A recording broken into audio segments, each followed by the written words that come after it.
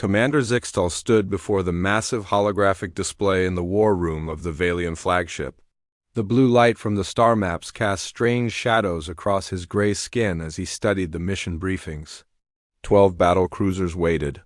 In formation behind him, their crews ready for what High Command called a simple task. The target planet appeared as a small blue dot on the screen. Labeled Terra 3 in the Galactic database, the mission seemed almost insulting to someone of his rank. Zixtal had conquered 3 star systems and brought down civilizations that had mastered gravity manipulation and quantum weaponry. Now they wanted him to deal with humans, a species that had barely figured out how to travel between stars.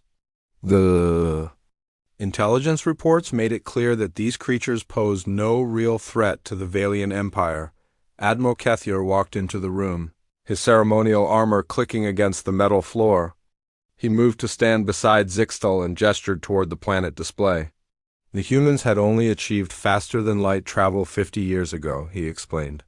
Their technology was primitive by galactic standards. They used chemical rockets and nuclear energy while the rest of the galaxy had moved on to plasma drives and zero-point energy systems. Zixtal listened to the briefing with growing boredom. Human weapons were crude projectile devices that fired metal slugs. Their ships were slow and poorly armored. Their military organization was scattered across multiple nations instead of unified under a single command structure. Everything about them suggested this would be over within days. The Veian fleet possessed energy shields that could deflect most known weapons. Their plasma cannons could melt through solid metal from orbit. Each battlecruiser carried enough firepower to level a city. The humans had nothing that could penetrate Veian armor or match their tactical computers. This was not a war, it was pest control. Back on Earth, Lieutenant Jake Morrison sat in the command center of Luna Base, watching the sensor readings with growing concern. Strange energy signatures had appeared at the edge of the solar system. 3 days ago, the signals were unlike anything in human databases. They moved in perfect formation and seemed to be scanning human communication frequencies. Jake had served in the Earth Defense Force for 8 years. He had fought pirates in the asteroid belt and helped rescue colonists from failed settlements. But this felt different. The unknown ships were too organized and too advanced to be raiders or explorers. Someone was coming to Earth with serious intentions. Captain Lisa Grant received the alert while inspecting the orbital shipyards above Mars. Her small fleet consisted of converted mining vessels and research ships hastily fitted with weapons. The Earth Defense Force had never faced a real invasion. Most of their equipment was designed for police work and rescue operations, not military combat. Lisa looked at the tactical display showing the approaching ships.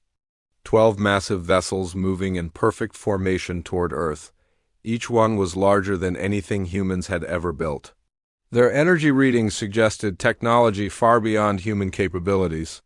Whatever these aliens wanted, they clearly had the power to take it. The Veian fleet dropped out of hyperspace at the edge of the solar system. Zixtal studied the human settlements scattered across several planets and moons. Mining colonies on asteroids, research stations orbiting gas giants, and the main population centers on the third planet. All of it looked fragile and temporary, like structures built by children playing with toys. Sensors detected the human fleet moving to intercept them. Zixtal almost laughed at the sight. 37 ships of various sizes, most of them clearly converted from civilian use. Their formation was loose and uncoordinated. Several vessels showed signs of hasty weapon installations that would probably malfunction under stress. The standard Veian approach was to demonstrate overwhelming superiority before demanding surrender. Most civilizations saw reason once they understood the futility of resistance. A few warning shots usually convinced even the most stubborn species to negotiate rather than face extinction. Zixtal ordered his ships into attack formation and opened communication channels to broadcast the surrender demand. The message would be translated into human languages by the tactical computers. He expected a response within minutes, probably begging for mercy or offering tribute in exchange for their lives. Meanwhile, Jake Morrison coordinated the defense from Luna Base, while Lisa Grant positioned her fleet between Earth and the alien ships. Neither of them had any illusions about their chances in a straight fight. The energy readings from the alien vessels suggested weapons that could destroy human ships with single shots, but humans had survived ice ages, plagues, and world wars by refusing to give up when the odds seemed impossible. Lisa opened a channel to address her fleet. She reminded them that their families lived on the worlds behind them. Whatever these aliens wanted, they would have to go through the Earth Defense Force to get it. The Veian fleet moved steadily toward Earth, expecting quick victory. Zixtal reviewed the tactical projections one more time. Every computer model showed the same result. Human resistance would collapse within hours. This would be the shortest campaign in Veian military history. He had no idea that he was about to encounter something no Veian had ever faced before, a species that fought harder when the odds got worse. The first exchange of fire went exactly as Zixtal had predicted. Human projectile weapons struck Veian energy shields and scattered harmlessly into space like raindrops hitting a window. The primitive missiles humans launched exploded against the barriers without causing any damage. Zixtal watched the tactical display with satisfaction as his fleet's plasma cannons responded to the attack. Bright beams of superheated energy lanced out from the Veian ships and tore through human hulls like paper. 3 human vessels exploded immediately, their crews vaporized before they could even scream. 2 more ships lost power and began drifting helplessly, their life support systems failing. The remaining human fleet scattered as they realized their weapons were useless. Zixtal opened communication channels and broadcast the standard surrender message. His voice was calm and professional as he explained that resistance was pointless. The humans had seen their weapons fail and their ships destroyed. Logic demanded they accept defeat and spare themselves further casualties. This was how every other species had responded when faced with Veian superiority. The reply came from Captain Lisa Grant aboard the human flagship. Her voice was steady despite the destruction around her. She thanked Zixtal for his generous offer but respectfully declined. Then she said something that made no sense to the Veian commander. She told him that humans had a saying about situations like this. Come and take it. Zixtal stared at the communication display in confusion. The humans had lost nearly half their fleet in the first minute of combat. Their weapons could not penetrate Veian shields. Their ships were outgunned and outnumbered. Any rational species would surrender or attempt to negotiate. Instead, the human fleet regrouped and resumed their attack. The second wave of human attacks was even more futile than the first. Projectile weapons continued to bounce harmlessly off Veian shields while plasma cannons systematically destroyed human ships, but something disturbing began to happen. As human vessels lost weapons and power, they changed their tactics in ways that defied military logic. A damaged human cruiser named the Portland suddenly accelerated directly toward the Veian flagship. Its captain, a man called Roy Palmer, had apparently decided that if his weapons were useless, he would turn his entire ship into a weapon. The cruiser struck the Veian shields at tremendous speed, and something unexpected happened. The kinetic impact was far greater than Zixtal's computers had calculated. The shields flared and fluctuated as they absorbed the massive energy transfer. Warning lights flashed across the Veian bridge as power systems struggled to maintain the barriers. The Portland was destroyed, but it had actually damaged a Veian ship for the first time in the battle. More human ships began copying this tactic. Captain Amy Johnson rammed her patrol vessel into a Veian destroyer, causing shield failures across 3 sections. Lieutenant Carl Murphy drove his damaged fighter directly into a Veian weapon array, taking out 2 plasma cannons before his ship disintegrated. The humans were literally throwing themselves at the Veian fleet with no regard for their own survival. Down in the orbital shipyards around Earth, engineer Pete Collins worked frantically to understand what was happening. The battle feeds showed Veian technology in action, and Pete studied every detail with desperate intensity. He watched how the alien shields responded to different types of impact and began running calculations on his portable computer. Dr. Helen Carter joined Pete in the engineering bay, bringing sensor data from the lunar stations. She had been monitoring Veian energy signatures since the battle began and noticed something important. The alien shields operated on specific frequency patterns that remained constant even under stress. If those patterns could be disrupted, the shields might fail completely. Back in space, the battle continued with growing desperation on both sides. Zixtel found himself ordering tactical changes for the first time in his career. Human ramming attacks were causing unexpected damage, forcing his ships to maintain greater distances and waste energy on evasive maneuvers. This was supposed to be target practice, not actual combat. Lisa Grant coordinated the human defense from her bridge, while damage reports flooded in from across the fleet. Half her ships were gone, and the survivors were all operating with critical systems failures. But her crews continued fighting with an intensity that surprised even her. When weapons failed, they used ramming attacks. When engines died, they fired emergency thrusters to change course one more time. The most disturbing moment came when the human transport ship Denver lost all power and began falling toward Earth. Captain Dale Brooks could have abandoned ship and saved his crew with the escape pods. Instead, he used the ship's emergency beacon to call in targeting data for the remaining human vessels.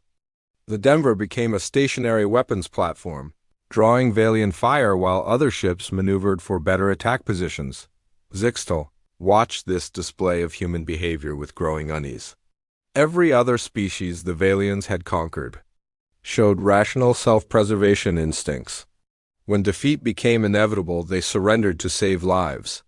When ships were damaged beyond repair, crews evacuated to survive another day. Humans seemed to operate by completely different rules. Engineer Nancy White led a boarding party from the Luna base onto a damaged Veian scout ship that had drifted too close to human defensive positions. The alien crew had evacuated when their shields failed, leaving behind intact technology for human examination. Nancy's team began downloading everything they could access from the ship's computers. As the first day of battle ended, Zixtel reviewed the tactical reports with disbelief. His fleet had destroyed 23 human vessels while suffering no losses of their own. By any reasonable measure, this was a crushing victory, but somehow it felt like a defeat. The humans had learned from every exchange, adapted their tactics in real time, and actually managed to damage Veian ships with inferior technology.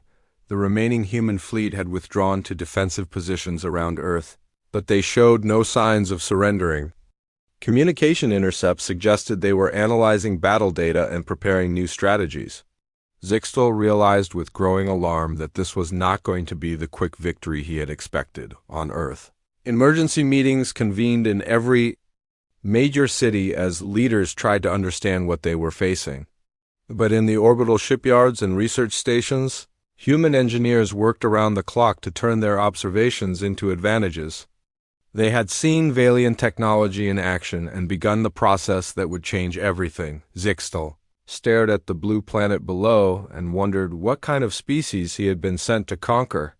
Nothing in his experience had prepared him for creatures that fought harder when the situation became more hopeless. 2 weeks after the first battle, Zixtel began to understand that everything the Veian High Command knew about warfare was wrong. The humans had not retreated to fortified positions to wait for rescue. They had not attempted to negotiate from a position of weakness. Instead, they had done something no other species had ever attempted. They began learning. Pete Collins worked without sleep in the orbital shipyards, surrounded by pieces of Veian technology recovered from the damaged scout ship. His team had spent days studying alien plasma conduits and energy distribution systems. The breakthrough came when they realized that Veian shields required constant power flow to maintain their protective barriers. If that flow could be interrupted, even briefly, conventional weapons might penetrate human engineers across. The solar system began modifying their equipment with desperate creativity. Mining lasers designed for asteroid excavation were recalibrated to match Veian energy frequencies. Cargo haulers had their storage bays converted into missile launch platforms. Construction mechs received armor plating and weapon mounts that would have been impossible under normal circumstances. Dr. Helen Carter made the discovery that changed everything. Veian technology operated on quantum frequency patterns that could be predicted and countered. She developed a signal generator that could disrupt those patterns for short periods, creating windows of vulnerability in alien defenses. The device was crude and unreliable, but it worked. The second battle began when Zixtal ordered his fleet to advance on Earth's orbital defenses. He expected to find the remaining human ships hiding behind the planet's moon, desperately trying to avoid contact. Instead, his sensors detected new energy signatures throughout the system. Human vessels had multiplied somehow, and their weapon readings were completely different from before. Captain Lisa Grant commanded a fleet that bore little resemblance to the desperate force from 2 weeks earlier. Her flagship now carried plasma weapons reverse-engineered from Veian technology. The mining vessel Tucson had been converted into a missile platform carrying hundreds of projectiles tipped with frequency disruptors. Even civilian transports had been fitted with energy weapons and shield generators built from salvaged alien components. The engagement opened with human ships, using tactics that violated every principle of civilized warfare. Instead of forming battle lines and exchanging fire at safe distances, they scattered into small groups and attacked from multiple directions simultaneously. Veian targeting computers struggled to track dozens of fast-moving targets that refused to follow predictable patterns. Major Ben Rodriguez LED ground forces that had landed on asteroids throughout the system, establishing hidden bases from which to launch surprise attacks. His teams used captured Veian equipment to create weapon caches and communication networks that were nearly impossible to detect. When Veian patrol ships approached these positions, they faced coordinated assaults from multiple directions. The first Veian ship to fall was the destroyer Nalfic, commanded by Subcommander Wexstar. Human fighters equipped with frequency disruptors managed to create momentary gaps in the ship's shields, allowing conventional missiles to penetrate and damage critical systems. The destroyer survived, but it was forced to withdraw for repairs. That would take weeks to complete. Zixtal watched the tactical displays with growing alarm as human technology evolved in real time. Ships that had been harmless 2 weeks earlier now carried weapons that could threaten Veian vessels. Worse, the humans were learning to fight like Veians while maintaining their own unpredictable nature. They used advanced shields and energy weapons, but they also employed ramming attacks and suicide runs that no Veian commander could anticipate. Communications specialist Amy Johnson had established a network of listening posts that monitored every Veian transmission. Her team learned to decode alien tactical frequencies and began feeding false information into Veian communication systems. Supply convoys received incorrect coordinates and found themselves surrounded by human attack squadrons. Patrol routes were altered to lead ships into carefully prepared ambush sites. The psychological impact on Veian crews was severe. They had been trained to fight civilized opponents who followed established rules of engagement. Humans ignored those rules completely. They attacked from directions that should have been safe. They used their own damaged ships as weapons. They fought with an intensity that seemed to increase as their situation became more desperate. Engineer Nancy White led the team that successfully captured an intact Veian patrol ship during a supply run to the outer system. The alien crew had been overwhelmed by a swarm of modified mining drones that proved impossible to target effectively. Within hours, human technicians were studying the ship's systems and incorporating Veian technology into their own designs, the breakthrough that terrified. Zixtal came when human ships began demonstrating capabilities that matched or exceeded Veian technology. The cruiser Phoenix emerged from the Earth shipyards, carrying hybrid weapons that combined human creativity with alien engineering. Its plasma cannons could penetrate Veian shields, while its missile systems fired projectiles that actively adapted to enemy countermeasures. Captain Dale Brooks commanded a squadron of converted freighters that specialized in hit-and-run attacks. against Veian supply lines. His ships would appear without warning, destroy their targets with overwhelming firepower, and vanish before reinforcements could arrive. The attacks followed no pattern that Veian tactical computers could predict, making defense almost impossible. Dr. Patricia Lee developed computer viruses that infiltrated Veian information systems through their own communication networks. The alien ships began experiencing cascade failures as their computers received conflicting instructions. Navigation systems provided false coordinates, weapon targeting became unreliable. Even basic life support functions began malfunctioning, in ways that forced crews to spend time on repairs instead of combat operations. 6 months into what should have been a 2-week operation, Zixtal's fleet was reduced from 12 ships to 7. The survivors were all operating with significant damage and depleted supplies. Human technology had evolved from primitive projectile weapons to hybrid systems that rivaled the best Veian engineering. Worse, human tactics had forced complete revision of standard military protocols. The most disturbing development was the rate of human adaptation.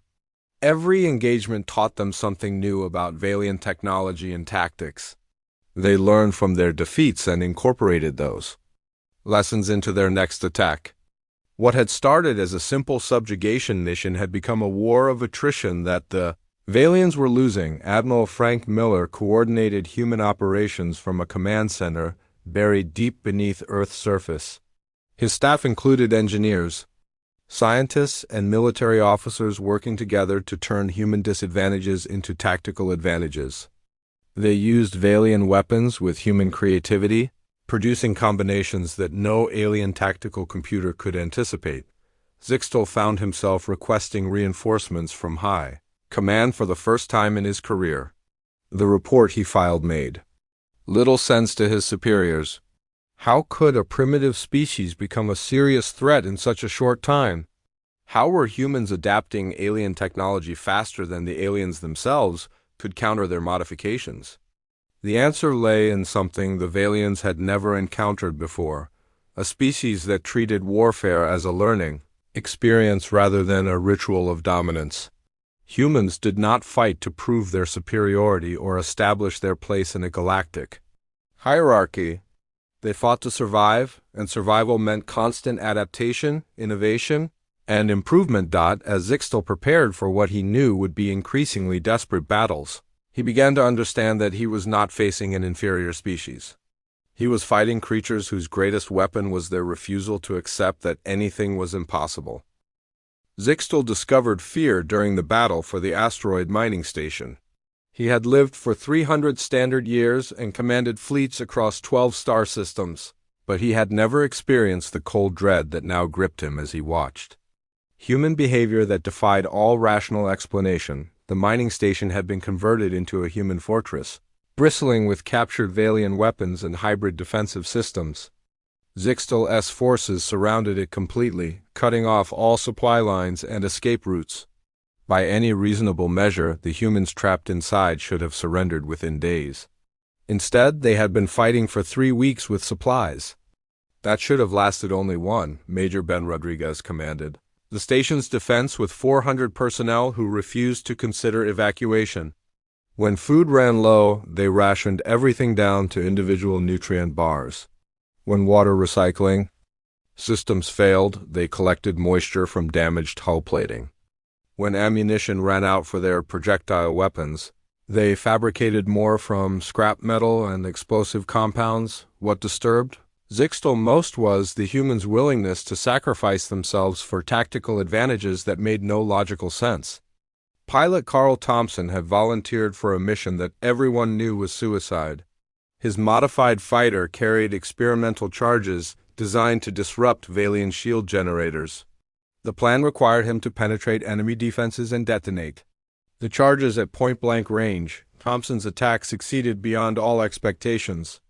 His ship broke through 3 layers of defensive fire and struck the Veian cruiser Kethmer directly in its shield generator housing. The explosion created a cascade failure that left the entire ship vulnerable for nearly 10 minutes. During that window, Human defenders destroyed 2 weapon arrays and caused critical damage to the ship's power systems. The tactical victory was significant, but Zixtal could not understand why any rational being would choose certain death for such a limited advantage. Thompson had family on Earth, according to intercepted communications. He had a wife named Jennifer and 2 young children who would grow up without their father. Yet he had flown to his death without hesitation when his commanders asked for volunteers. Sergeant Maria Gonzalez provided another example of human behavior that haunted the Veian commander's sleep. Her squad had been defending a critical communications array when Veian ground forces overwhelmed their position. The logical response would have been tactical withdrawal to preserve trained personnel for future operations.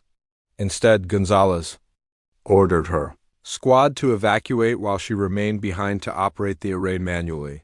The communications system allowed human forces throughout the system to coordinate their attacks for another 6 hours before Veian troops finally reached Gonzalez's position. By that time, her squad had used the coordination advantage to destroy 2 Veian supply ships and capture a forward observation post. One human had traded her life for tactical gains that affected the entire campaign. Zixtal had tried to understand the strategic thinking behind such decisions, but human motivations seemed to operate according to principles that no Veian could comprehend. They fought for abstract concepts like freedom and independence that provided no material advantages. They valued the survival of their species more than their own individual lives. They made decisions based on emotional attachments rather than logical calculations. Dr. Helen Carter had become a particular source of frustration for Veian intelligence operations. Her team had developed countermeasures for every technological advantage the aliens possessed. When Veians used quantum encryption for their communications, she created devices that could decode the transmissions in real time. When they modified their weapons to penetrate human shields, she designed new defensive systems that rendered the modifications useless. The most terrifying aspect of human technological development was its speed. Veian research and development required years of careful testing and gradual implementation. Humans took captured alien technology and modified it within days, often in ways that improved upon the original design. They combined Veian engineering with human creativity to produce hybrid systems that neither species could have developed alone. Technical Officer Nancy White led the team that captured a Veian command ship's computer core during a boarding action that should have been impossible. Her assault group used modified mining equipment to cut through the ship's hull while its crew was distracted by a coordinated attack from 3 directions. The humans fought their way to the command center and extracted the computer core before Veian reinforcements could respond. The intelligence gained from that computer core allowed humans to predict Veian tactical decisions with frightening accuracy. They began setting traps that exploited standard alien procedures and anticipated enemy movements with precision that seemed almost supernatural. Veian ships found themselves walking into carefully prepared ambush despite following protocols that had worked for centuries. Zixtal realized that humans were learning to think like Veians while retaining their own unpredictable nature. They understood alien psychology well enough to manipulate it, but they continued to make decisions that no Veian computer could model. This combination made them impossible to counter using conventional military doctrine. The psychological pressure on Veian crews became severe as the campaign continued. Warriors who had conquered dozens of worlds found themselves afraid to leave their ships. Every patrol might encounter human forces that appeared from nowhere and vanished just as quickly. Every supply run risked ambush by enemies who seemed to know Veian routes better than the aliens themselves. Communications specialist Amy Johnson had perfected techniques for psychological warfare that attacked Veian morale directly. Her broadcasts played recordings of captured alien personnel describing human combat capabilities in terms that terrified their own species. She fed false intelligence into Veian networks that made human forces appear larger and more threatening than they actually were. The breaking point came when humans demonstrated their ability to turn Veian technology against its creators. Dr. Patricia Lee's computer viruses had evolved into sophisticated programs that could take control of alien systems remotely. Veian ships began experiencing equipment failures that seemed random but actually followed patterns designed to maximize psychological impact. Navigation computers would provide false readings that led ships into human defensive zones. Weapon systems would malfunction at critical moments during combat operations. Life support systems would shut down without warning, forcing crews to work in environmental suits while trying to maintain their equipment. The aliens never knew when their own technology might betray them. Captain John Parker commanded the human fleet that finally surrounded the remaining Veian ships in Earth orbit. His forces included vessels that had been built entirely from salvaged alien technology, crewed by humans who understood Veian systems better than many aliens did. The technological gap that had seemed insurmountable at the beginning of the war had not only closed but reversed. Zixtel looked at the tactical displays showing his fleet's hopeless position and tried to understand how everything had gone so wrong. 7 months earlier, he had commanded a force that could have conquered any known civilization. Now he was trapped in a star system by creatures who had been primitives when the campaign began. The humans offered terms of surrender that confused every Veian officer who heard them. They wanted only for the alien fleet to leave and never return. No tribute payments, no territorial concessions, no trials for war crimes. They simply wanted to be left alone to live according to their own choices. As Zixtel prepared to accept the human terms, he began to understand why this species had been able to resist Veian conquest. They did not fight for glory or dominance or material gain. They fought for the right to exist on their own terms, and that gave them a strength that no amount of advanced technology could overcome. The realization that would haunt him for the rest of his life was simple but terrifying. Somewhere in the galaxy, there were species that valued freedom more than survival, and those species could never truly be conquered. 8 months after the invasion began, Zixtel filed reports that the Veian High Command refused to believe. His fleet of 12 battle cruisers had been reduced to 5 operational vessels, all carrying significant damage and operating with skeleton crews. The humans now possessed technology that matched or exceeded Veian capabilities in every category. Most disturbing of all, they had begun building ships specifically designed to hunt Veian vessels. Admiral Frank Miller stood in the command center of the newly constructed orbital fortress above Earth, watching tactical displays that showed the complete reversal of the war's momentum. Human shipyards now produced vessels at a rate that exceeded Veian construction capabilities. Every ship incorporated lessons learned from 8 months of continuous combat, designed by engineers who understood both human creativity and alien technology. The human fleet had grown from 37 converted civilian vessels to over 200 purpose-built warships. Each one carried hybrid weapon systems that combined Veian energy technology with human innovation.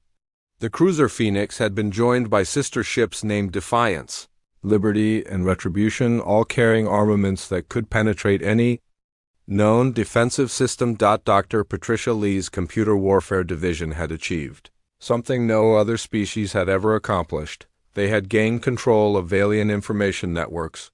Her viruses now infiltrated alien systems so thoroughly that human technicians could monitor Veian communications in real time.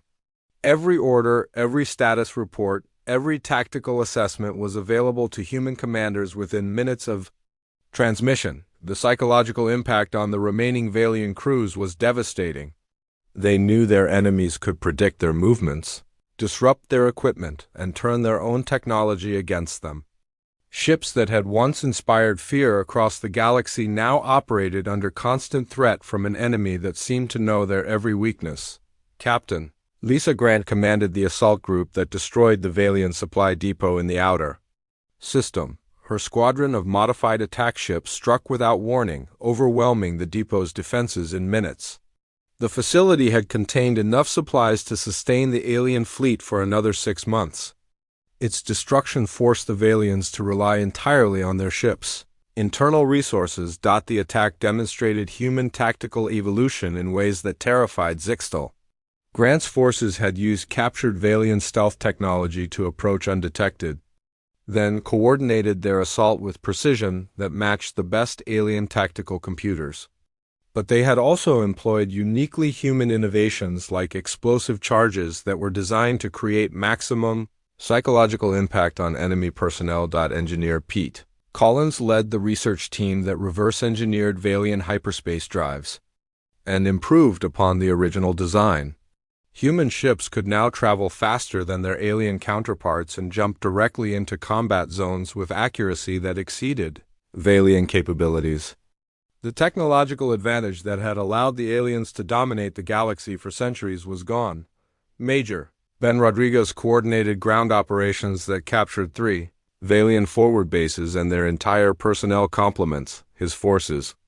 Used tactics that combined alien equipment with human unpredictability to create situations no Veian commander could anticipate. The prisoners provided intelligence that allowed humans to understand alien culture and psychology in ways that proved devastatingly effective. The interrogations revealed something that changed human strategy completely. Veians were not a naturally aggressive species. They had conquered other civilizations because their victims had always surrendered when faced with superior technology. The aliens had no experience fighting opponents who adapted and improved under pressure. Their entire military doctrine was based on intimidation rather than sustained combat. Dr. Helen Carter used this psychological intelligence to develop new approaches to electronic warfare. Her team created programs that exploited specific Veian fears and cultural taboos. Alien ships began receiving transmissions that triggered panic responses in their crews. The broadcasts used captured voice recordings and cultural symbols to create psychological pressure that was far more effective than conventional weapons. Communications specialist Amy Johnson expanded her operations to target the Veian home fleet directly. Her signals reached across interstellar space to spread carefully crafted disinformation about human capabilities. The alien high command began receiving reports that described humans as an unstoppable force that had developed technology beyond Veian understanding. The most significant development came when Technical Officer Nancy White successfully decoded the quantum encryption that protected Veian strategic communications. Human intelligence services gained access to high-level alien planning sessions and discovered that additional Veian fleets were being prepared for deployment to the human system. Captain John Parker received authorization to launch preemptive strikes against Veian staging areas and nearby star systems. His task force included the most advanced human vessels, crewed by personnel who had learned to think like aliens while retaining their human adaptability. The missions were designed to demonstrate that humans could project force beyond their own system. The first strike targeted a Veian fleet assembly 0.3 light-years from Earth. Parker's ships emerged from hyperspace in perfect formation and destroyed 5 alien vessels before the defenders could respond effectively. The attack lasted less than 20 minutes, but it sent a clear message to the Veian High Command. Humans were no longer confined to defending their home system. Zixtal watched the tactical reports from the strike with something approaching despair. The humans had achieved strategic mobility that allowed them to threaten Veian installations throughout the sector.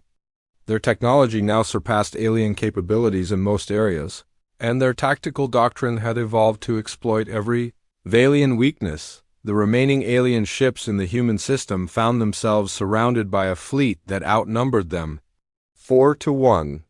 Every vessel bore the scars of improvised construction and desperate repairs, but they moved with coordination that spoke to hard-won experience. Human commanders had learned to fight like Veians while maintaining the unpredictability that made them impossible to counter. Engineer Dale Brooks led the technical team that developed the weapon system that would end the war. His designers had created a device that could disrupt Veian shield generators from a distance of several light minutes.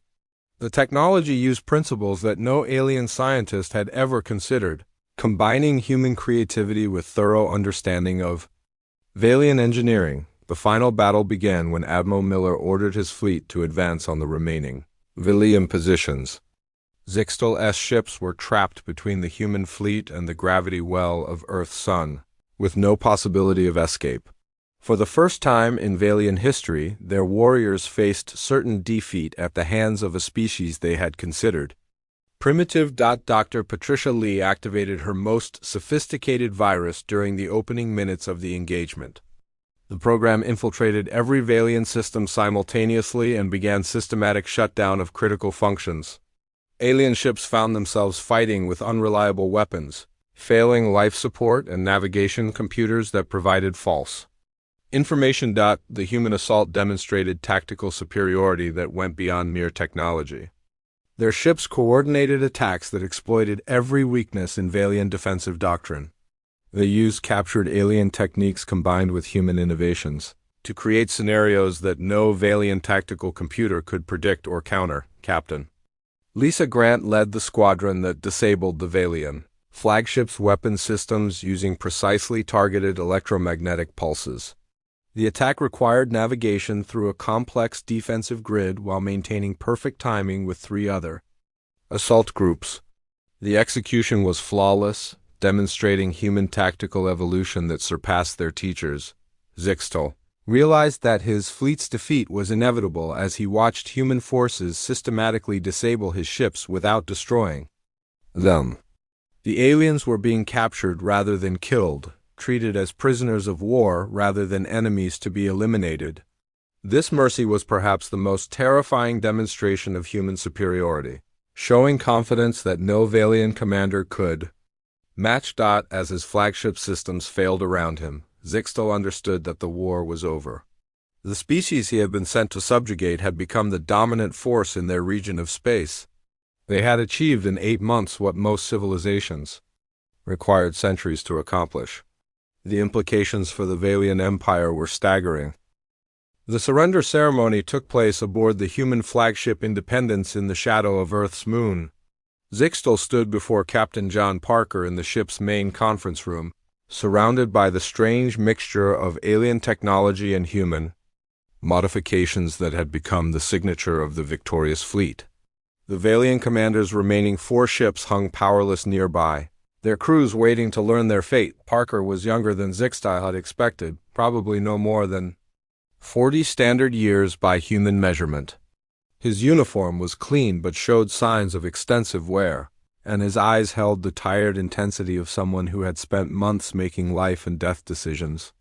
When he spoke, his voice was calm and professional, showing none of the triumph that most victorious commanders would display. The surrender terms were unlike anything in Veian military history. The humans wanted no tribute payments, no territorial concessions, no trials for war crimes. They demanded only that the Veian fleet leave human space immediately and never return. Any alien ship detected in the system after the departure deadline would be destroyed without warning. The terms were simple, generous, and completely incomprehensible to Veian thinking. Zixtal signed the documents with hands that shook slightly from exhaustion and something he was only beginning to recognize as trauma. 8 months of constant defeat had changed him in ways that he did not yet understand. The confident commander who had arrived to subjugate a primitive species was gone, replaced by someone who jumped at unexpected sounds and dreamed of human faces in the darkness. The journey back to Veian space took 6 weeks, during which Zixtal filed reports that his superiors initially dismissed as impossible. No single species could advance from primitive projectile weapons to hyperspace-capable warships in 8 months. No military force could adapt alien technology faster than its creators could develop countermeasures. No civilization could transform from helpless victims to dominant predators in such a short time, but the evidence was undeniable. Long-range sensors detected human ships patrolling throughout the sector, their energy signatures showing technology that exceeded current Veian capabilities. The aliens had lost not just a fleet but their technological advantage over an entire region of space. The implications for the Empire's security were staggering. Admiral Kethier met with Zixtal in the debriefing chambers of the Home Fleet Command Station. The older officer listened to the invasion reports with growing disbelief. stopping frequently to request clarification of details that seemed to violate basic principles of warfare and technology. When the briefing ended, Kethier sat in silence.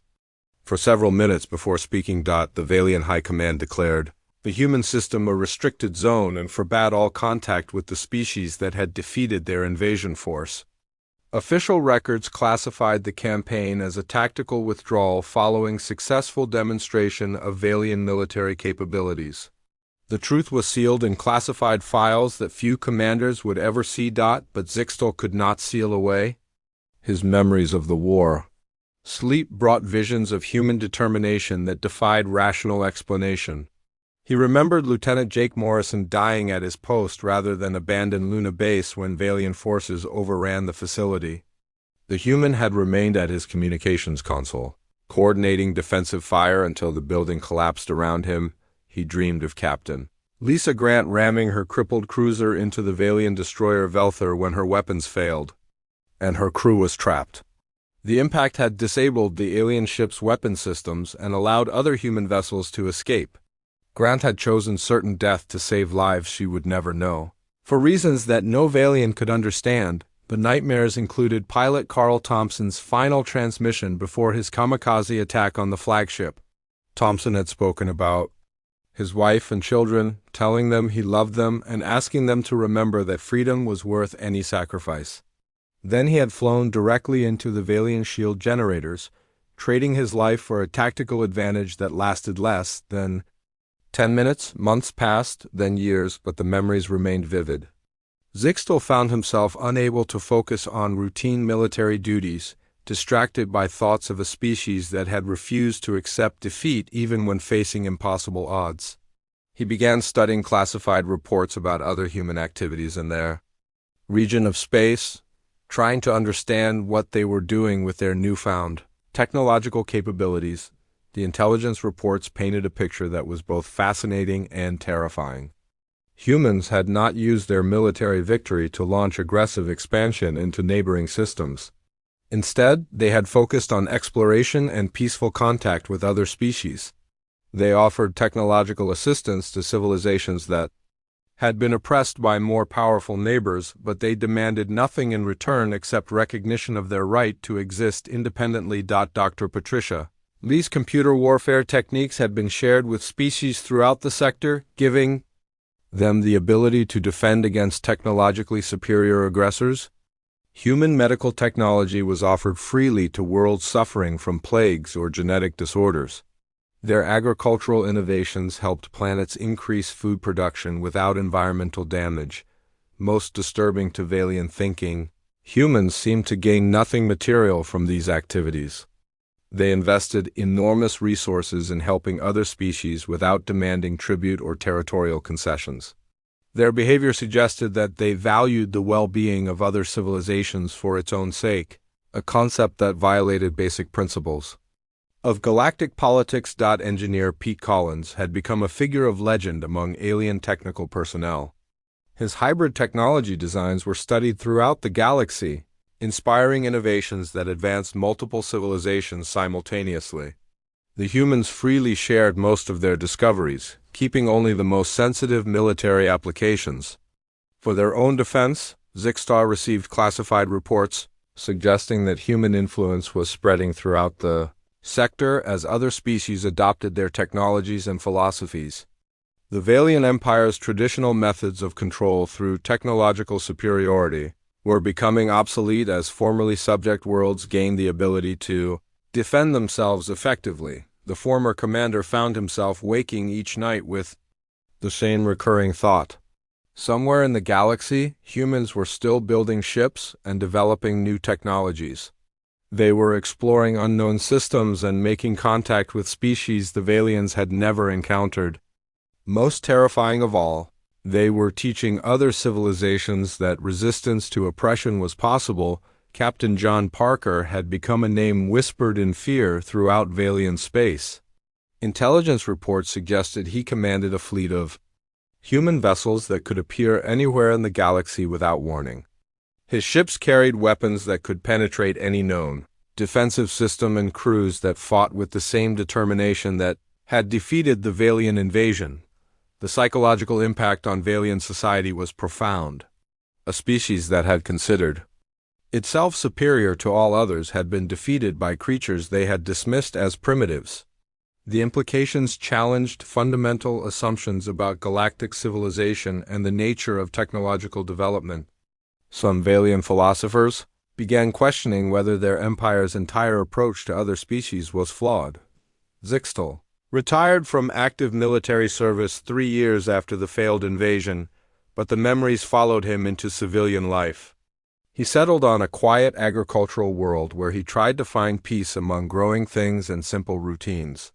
But even there, in the darkness before dawn, he would wake with the knowledge that somewhere among the stars, humans were still out. There, they had revealed something terrifying about the nature of sentience itself. Some species would choose death over submission, would sacrifice everything for abstract ideals, would fight against impossible odds not for victory, but for the simple right to exist on their own terms. They had shown that technological superiority meant nothing against opponents who refused to accept defeat. The human voices echoed in Zixtal's memory whenever he tried to sleep. Lisa Grant saying, "Come and take it," when offered generous surrender terms. Carl Thompson telling his family he loved them before flying to certain death. Jake Morrison coordinating defensive fire until his position was overrun. They haunted him not because they had been cruel or monstrous, but because they had been magnificently, terrifyingly human. And in the depths of night, when sleep finally came, Zixtal would dream of Earth's blue skies and remember that humanity's greatest weapon had never been their technology or their tactics. It was their absolute refusal to accept that any force in the universe had the right to decide their fate for them. That knowledge would never let him rest.